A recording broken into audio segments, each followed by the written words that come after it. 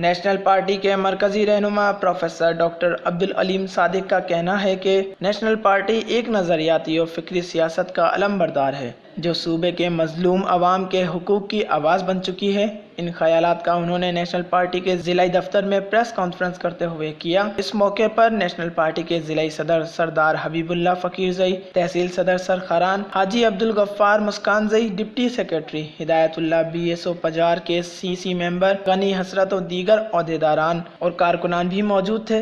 Professor doctor Abdul Aleem صادق نے مزید کہا کہ مجھے پارٹی کے مرکزی صدر ڈاکٹر عبدالمالک بلوچ کی ہدایت پر رکشان ڈویژن کے دورے کی ذمہ داری سونپ دی گئی ہے۔ اس دورے کے دوران علاقے کے سیاسی و قبائلی شخصیات سے ملاقات کر کے انہیں پارٹی میں شمولیت کی دعوت دے رہا ہوں تاکہ پارٹی آنے والے وقت میں ایک عوامی قوت کے طور پر سامنے آ سکے اور بہت جلد اہم شخصیات نیشنل پارٹی کا حصہ بنیں گی۔ انہوں نے مزید کہا کہ رکشان یونیورسٹی کا قیام انتہائی ضروری ہے۔ اگر ہم متحد نہ ہوئے تو ہم مضبوط حکومت نہیں بنا سکتے۔ ڈاکٹر عبدالمالک بلوچ نے اپنے دور کے 2.5 سالہ مختصر مدت میں ریکارڈ ترقیاتی کام کیے۔ امید ہے کہ ان کی قیادت میں مستقبل میں بھی ترقیاتی کام کریں گے۔ Voice news, کھاران۔